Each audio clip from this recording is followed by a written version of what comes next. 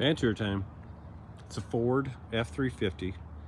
It's their biggest heavyweight van. It's just rear-wheel drive. They came out with the all-wheel drives when I brought it home. We did get a suspension upgrade from Agile Off-Road with upgraded tires, upgraded shocks and struts. Rides a lot more stable on bumpy roads and stuff like that. There's our Fiamma awning and little Starlink in the background. Gotta love that. The awning works fantastic. There was a little challenge putting it in because the Ford slopes so much, and it didn't quite seal, but it doesn't rattle or anything like that. But I love it. Highly recommend the Fiamma awning. We'll peek inside in a minute. Had to do all the window cuts myself. Again, this is think treehouse build.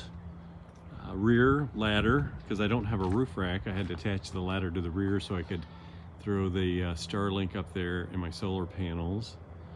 And then on the tail here we've got the Quat swinging arm and the Hollywood bike rack for all my fun adventure stuff.